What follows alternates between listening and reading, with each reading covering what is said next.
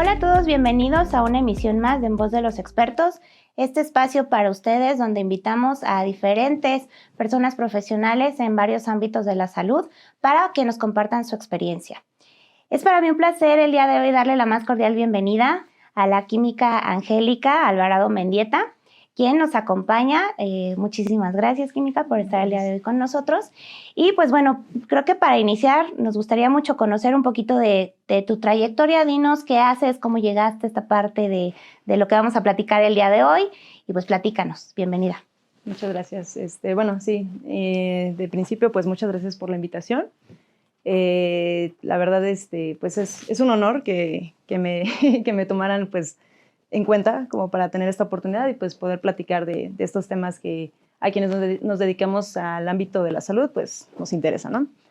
Yo soy licenciada en bioquímica diagnóstica, soy egresada de la UNAM y pues desde que prácticamente salí de la escuela me he dedicado al área de la biología molecular. Tuve la oportunidad de ingresar a Ortín Laboratorio como analista prácticamente, y pues bueno, a partir de ahí ya actualmente soy responsable del área y sobre todo bueno, aquí en la matriz, que es en Ciudad de México. Y pues básicamente lo que hacemos ahí son pruebas de índole molecular, que son cargas virales de diferentes tipos de virus, HIV, hepatitis C, hepatitis B, entre otros muchos más. También hacemos la detección de infecciones respiratorias, gastrointestinales, de transmisión sexual, pruebas de paternidad y, bueno, también realizamos lo que es la cuantificación de metales por espectrometría de absorción atómica. Eso es lo que a muy grandes rasgos realizamos ahí en el área. Muy bien allí. Muchas gracias. Creo que parte de esta entrevista es justo como conocer este panorama de la biología molecular.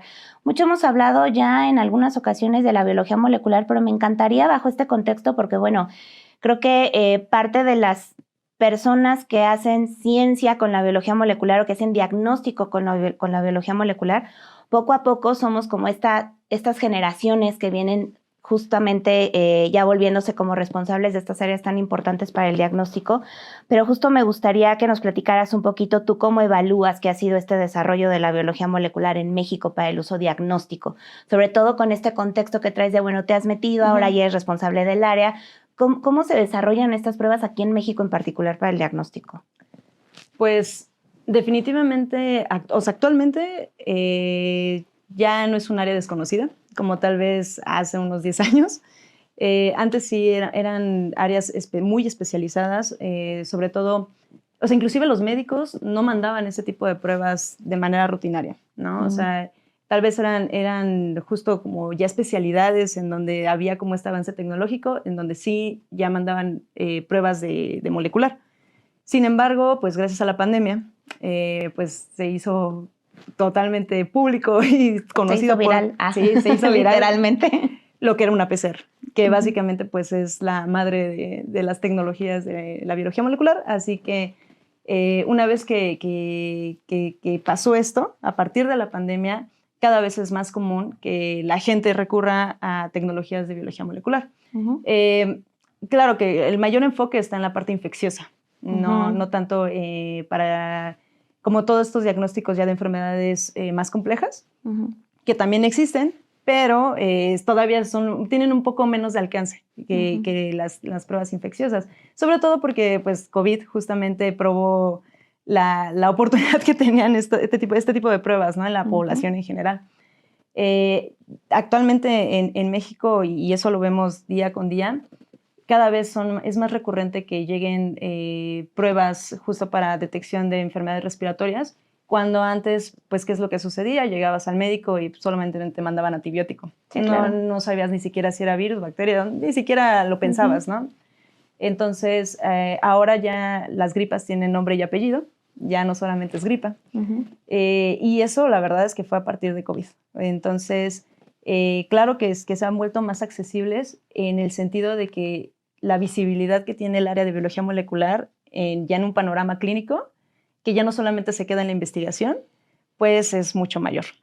Claro. Desgraciadamente, no es tan accesibles, siguen sin estar tan accesibles en el sentido económico, porque sabemos que el área de biología molecular pues es un área cara, donde los costos que obviamente implica montar un laboratorio de biología molecular pues impactan al final en la prueba, ¿no? Claro. Entonces, pero bueno, eso es una situación que permea prácticamente en todo el sector salud, entonces... En general. En general, exactamente. Así que, pero bueno, sí, o sea, biología molecular, aunque sí sigue siendo un área, vamos a llamarle privilegiada, pues ya es más accesible. Y sobre todo porque la gente ya recurre a este tipo de pruebas, tanto porque su parte médica se los recomienda, pero también ya hasta por salud preventiva. Exacto. Entonces, que eso es pues lo que pues ya vamos todos encaminados más bien como a esta parte de la prevención. Por eso es que en México definitivamente ha avanzado. Yo creo que en todos los países en vías de desarrollo eso es lo que ha pasado. Tal vez en años anteriores en otros países pues no, ya tal vez han avanzado esta parte, ¿no? Pero yo creo que aquí en México pues cada vez, o sea, al menos le preguntas a cualquier persona y te vas a ver que es una PCR. Sí, de menos ya le hicieron su prueba de COVID en algún momento por PCR, ¿no? Sí. Y hablando en tenor de esto que mencionas de la medicina preventiva, ¿cuáles serían porque creo que muchas de las personas que se han hecho una prueba de PCR, que ahora como ya es más conocida por este tema del COVID, de repente no conocen el alcance de las pruebas de biología molecular? Entonces, cuando hablamos de medicina preventiva, ¿cuáles serían como aquellas oportunidades que tiene la biología molecular para este tema de la medicina preventiva? Pues bueno, o sea, por ejemplo, también en la parte infecciosa tenemos todas estas pruebas, por ejemplo, del VPH. El VPH, que también a partir de COVID se entendió, o sea, entendimos todos. O sea, y obviamente yo creo que a lo largo de esta plática voy a mencionar mucho COVID porque pues, es el virus que más se ha estudiado y el fenómeno pues mundial. Que dio como la pauta de que la biología molecular fuera más conocida, ¿no? Exactamente, sí. Entonces, pero bueno, también antes se tenía como mucho esta idea de que la biología molecular, los resultados que te daba un estudio de biología molecular era el estándar de oro, ¿no? Y era exactamente lo que... No, la verdad es que necesitamos de todas las ramas. Entonces, por ejemplo, BPH, hablando de la prevención, a partir de que también se sabe que se pueden hacer este tipo de estudios por PCR, pero además está el Papa Nicolau y están, o sea, todos los demás estudios que lo acompañan, pues entonces a esa paciente le van a dar un diagnóstico mucho más certero y un pronóstico sobre todo. Claro. Entonces ahí se vuelve una medicina preventiva. Entonces también, bueno, tenemos esta parte. En el caso de las enfermedades complejas, existen ya paneles que tampoco, vuelvo a lo mismo, a veces no llegan a ser tan accesibles, pero existen paneles para para pronosticar justo por mutaciones que están asociadas a diferentes tipos de cáncer. Claro. En México tenemos cáncer de mama, cáncer de próstata, de pulmón, de colon, cervicuterino, y todos estos tienen marcadores genéticos que se encuentran altamente asociados. Y a lo mejor no es tanto como que pues sea una cura, ¿no? Pero sí ayuda muchísimo en el sentido de que se pueden tomar decisiones informadas y sobre todo preventivas. Entonces está esto, somos un país donde desgraciadamente también diabetes, hipertensión, enfermedades cardiovasculares, pues están entre nosotros. Abundan. Exactamente. Entonces, pues también existen biomarcadores genéticos que también nos podrían ayudar a dirigir ya también como pues hábitos de vida con base en esta información. Entonces, eso hablando como tal vez de situaciones un poco más complejas, pero bueno, o sea, ¿qué pasa si tal vez a una persona inmunocomprometida tiene metanemovirus, ¿no? Que ahorita es el que está en boca, ¿no? Ajá. ¿A quién le vas a prestar más atención si es solamente una gripa normal, no? Una gripa normal. Bueno, pero si tú ya sabes que esa persona puede tener un desenlace no tan favorable, pues entonces, con base en estos resultados que son certeros y además oportunos, que eso es también algo que en la pandemia pues fue clave, ¿no? La PCR nos daba resultados oportunos. Entonces, claro que le vas a poner mayor atención a ese paciente. Por eso es que, pues sí, un diagnóstico certero, preciso, oportuno, que es lo que ofrece la biología molecular, evidentemente puede ayudar a que estas situaciones no se conviertan en un problema más grave. Claro, sí. Y en este tenor que decimos de estos biomarcadores, incluso genéticos, que se pueden hacer en biología molecular, entendiendo, vamos a dividirlo en dos ramas. Digo, la biología molecular tiene muchas aplicaciones, ¿no? Pero en estas dos ramas donde tenemos la parte de detección de enfermedades infecciosas y la parte de la detección de marcadores genéticos, ¿cuál es el panorama de los marcadores genéticos en México? O sea, porque creo que ya oímos mucho, bueno, ya tenemos como mucha información de, claro, la biología molecular sirve para la infecciosa, ¿no? Sí. Y sobre todo esto de lo de enfermedades respiratorias, ahora que ya hay paneles respiratorios muy amplios, exacto, gastrointestinales, etcétera. Pero a nivel de las pruebas que se hacen de biomarcadores, ¿cómo ves tú el panorama en México para la aplicación de esas pruebas? O sea, ¿en México lo hay, no lo hay? ¿Los pacientes se pueden acercar justamente a preguntar por estas pruebas? ¿Y cuál sería como la manera en la que pudiéramos pensar, valga la redundancia, que podemos acceder a este tipo de pruebas bajo ciertas circunstancias, a lo mejor de precedente familiar? Sí, claro. O sea, como dar un poquito de este panorama, ¿qué nos podrías aportar con esa parte? Pues también, sí, o sea, ya existen paneles que inclusive ya no son de investigación, o sea, que sí ya son aplicados y que se ofrecen al público en general, que nos ayudan justo como a lo que les comentaba, ¿no? O sea, como a predecir, y inclusive no solamente predecir, o sea, también hay estos paneles en diferentes tipos de cáncer que ayudan también para la terapia, para la elección de la terapia, porque puede ser que cierta mutación, pues no sé, si le dan tal tratamiento, no resulte como debería, ¿no? Entonces, desgraciadamente, no son tan accesibles en costos. Y tampoco hay muchos laboratorios que lo hagan.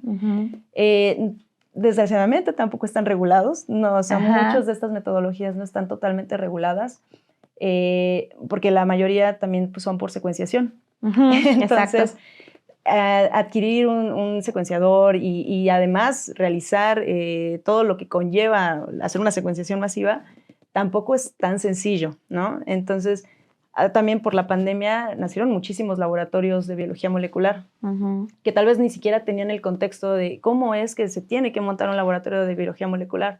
Entonces, imagina que ahora tal vez estos laboratorios también quieran implementar este tipo de pruebas que son mucho más sensibles. Claro. Entonces, ay, perdón, que requieren aparte una inversión diferente, porque hablamos de infraestructura y de los materiales. Sí, exacto.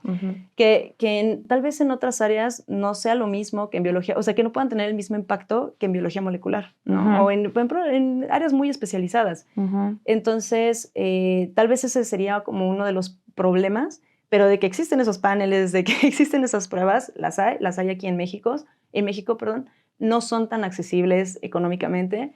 Y pues, ¿quién tiene la oportunidad de poder realizarse esas pruebas? Pues que también quién tiene la información. Entonces, vuelvo a lo mismo, ¿no? Esa información también hasta cierto punto es privilegiada. Claro. Entonces, porque ¿qué médico te va a mandar a hacer? No, hazte todos estos marcadores para descartar que no tengas tal. Exactamente. Por predisposición genética. Sí, exacto. Está complejo. Sí, porque desafortunadamente yo creo que muchos de nosotros tenemos parientes con cáncer. Sí. O que en algún momento tuvieron cáncer, ¿por qué no nos estamos haciendo esas pruebas? ¿No? Entonces, ese yo creo que es un problema, pero que en realidad nosotros no podríamos en realidad hacer nada. No, hasta que empiecen a hacer algo más accesible, o sea, para todo el público. Algo como parte de la mera medicina preventiva que se maneja, ¿no? Y ahorita tocaste un punto bien interesante en referencia a la regulación. Hay muchas de estas pruebas, sobre todo las que son genéticas, que hay poca regulación, porque también no es algo que esté como, ay, wow, en México hacemos genética por todos lados, ¿no? La verdad es que es algo que no pasa. Pero hablando en general, bueno, bajo estos dos contextos de lo que platicábamos de secuenciación con biomarcadores y esta parte, y regresándonos a la parte de lo que ya está como más implementado en México, que hay más laboratorios haciendo detección de enfermedades infecciosas por biología molecular, ¿cómo está el panorama de la regulación en estas pruebas? O sea, el aseguramiento de la calidad en estas pruebas en particular. Porque algo que creo que sucede mucho es que laboratorio clínico tiene mucho de dónde sacar, ¿no? O sea, ya hay muchas más regulaciones porque está la norma, porque están normas optativas y oficiales, porque hay mucho. Pero en biología molecular, ¿cómo está ese tema del aseguramiento? Pues justamente, aunque no es una ciencia nueva, es más nueva que hematología, que química clínica. Sí, claro. Entonces, la verdad es que apegarse a un sistema de gestión de calidad ha sido complejo. O sea, yo que llevo 10 años dedicándome a esto, yo sí he visto la evolución de cómo ha ido. Antes tal vez los controles, inclusive controles muy básicos, era difíciles de conseguir, muy difíciles de conseguir. La regulación era muy ambigua. Actualmente también, gracias a la pandemia, se vieron en la necesidad de, oye, ¿sabes qué? Necesitamos tener tantos resultados, pero que todos sean confiables, ¿no? Ajá. Una producción en masa que sea confiable. Porque probablemente eso también jugaba un poco a favor de la biología molecular sin tanta regulación, porque no eran cantidades industriales de muestras. Sí, no era volumen, sino era, bueno, pues, si hago poquitas y toda le meto calidad, pues sí, espérame, el costo por prueba y esas cosas. Ajá. Pero ¿qué pasó con la pandemia? ¿No? O sea, en el laboratorio llegamos a procesar más de 3,000 muestras al día. Entonces, evidentemente para un solo analista estar revisando resultado por resultado, o sea, complicaba muchísimo las cosas. Así que claro que todos los kits, o sea, inclusive las tecnologías han ido mejorando en ese sentido. Los controles son mucho más estrictos actualmente, pero por supuesto falta todavía regulación, una regulación que sea más estricta, normativas de carácter tal vez obligatorio, porque todo está ajustado más al laboratorio clínico en general, ¿no?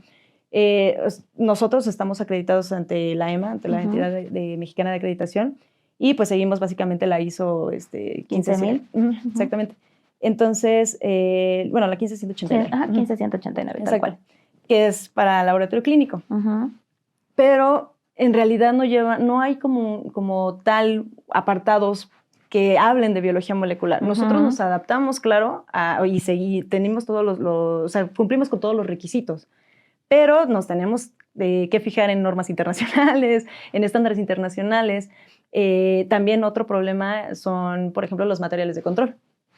Los programas de evaluación externa no hay nacionales o son muy, muy escasos. Sí, no, nacionales no. Normalmente sí existen proveedores de ensayos de aptitud. Digo, claro. Licon somos uno de ellos. Justo. Pero justo la intención es, como sabemos que no hay algo desarrollado tal cual en México, sobre todo que tenga esta trazabilidad internacional, porque como bien mencionas, a lo mejor haber como esta oportunidad de generar regulaciones específicas para biología molecular, de momento lo que tenemos es lo que de general se utiliza para laboratorio clínico, ¿no? Exacto. Como una acreditación con la 15189 o aplicar un sistema de gestión que va muy ligado a la aplicación de la 15000, etcétera. Pero bajo este contexto sí, como no solamente es el conocimiento de las pruebas, sino los mismos analistas que hacen las pruebas, el poder cumplir con estas necesidades del aseguramiento de la calidad con productos que tienen que ser al día de hoy, pues sí, de índole internacional, porque aparte, como todas las pruebas que buscan estandarización, piensas en estandarización, piensas a nivel internacional, o sea, piensas en ISO, ¿no? En tal caso. Entonces creo que bajo ese contexto, sí, efectivamente no hay como algo como desarrollado en México, pero sí que podemos como país trazar hacia lo internacional. Sí. Y eso es lo que de cierta manera como que alcanza a dar como esta luz en el camino de queremos asegurar, hay materiales, sí hay materiales, pero igual, ¿cuáles son los desafíos que como analistas tienen al momento de decir, requiero hacer control de calidad de estas pruebas? No sé qué hay, no sé dónde está. No sé ni siquiera por dónde buscar. No sé por dónde buscar. Sí. Ajá. ¿Cómo enfrentan como estos desafíos? Pues a través de las capacitaciones. La verdad es que, nuevamente, biología molecular, sí, la información que hay alrededor de toda la regulación sí es muy ambigua. Entonces, justo hablando ahorita de lo de los programas, desgraciadamente la mayoría son internacionales, o sea, son de importación. Entonces, eso también genera costos. Y eso impacta nuevamente a la prueba. Entonces, pues sí, o sea, al final del día nosotros tratamos de controlar todo el proceso, Afortunadamente, justo por la sensibilidad de este tipo de pruebas, los controles que se manejan pues son desde el inicio del proceso hasta el final, ¿no? Generalmente viene desde la extracción, purificación de ácidos nucleicos y una vez que se hace todo este procedimiento, pues acompaña todo este control hasta la PCR y el resultado, ¿no? Que tenemos. Entonces, porque obviamente tratan de controlar todo el proceso. Muchas de estas pruebas, que también eso es un valor agregado de los kits que se utilizan, traen también controles endógenos. Que no solamente nos habla del proceso, sino inclusive hasta de la muestra, ¿no? De la calidad de la muestra, porque también en pandemia nos dimos cuenta que la calidad de la muestra, la preanalítica para biología molecular era indispensable. Sí, claro. O sea, no importa que tengas una tecnología que sea súper sensible, súper específica, si la muestra estuvo mal tomada. Claro, sí. Entonces, si no replica, pues es que no tomaste bien tu muestra. Exactamente. Entonces, pues sí, o sea, lo que hacemos en el laboratorio, sí nos apegamos estrictamente en todos los procedimientos que tenemos del control de calidad, de la gestión de calidad. Además de que, pues bueno, previo a la pandemia nosotros ya estábamos acreditados, ya teníamos un laboratorio de biología molecular, ya no era nuevo para nosotros, ¿no? Entonces, pues prácticamente todo lo que se hace en las demás áreas, tratamos de ajustarlo a nuestros procesos. Que eso también sería como una oportunidad de mejora para que justo todas estas regulaciones ya estén enfocadas en el área de biología molecular, no solamente pensadas como en todos los demás y bueno, nosotros tener que adaptarlas. Sí, por supuesto.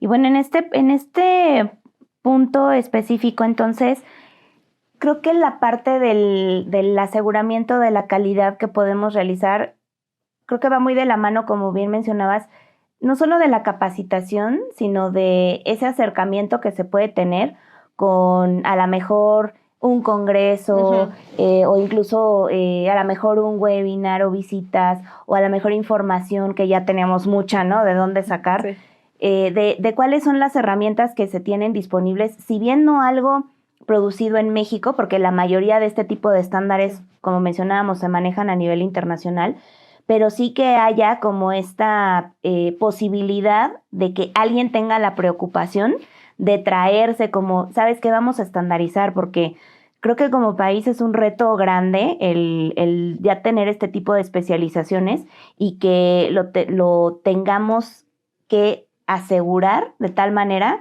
que pues genere un beneficio para la población, ¿no? Digo, ya tenemos ahora, poco a poco creo que hemos ido avanzando, ¿no? La biología molecular lleva creo que mucho ya tiempo, sin embargo, pues ahora, aunque sigue siendo no irte a hacer una biometría hemática a un laboratorio, pero ya es algo de todo mundo se hizo, o la mayoría nos hicimos nuestra prueba de PCR de COVID, ¿no?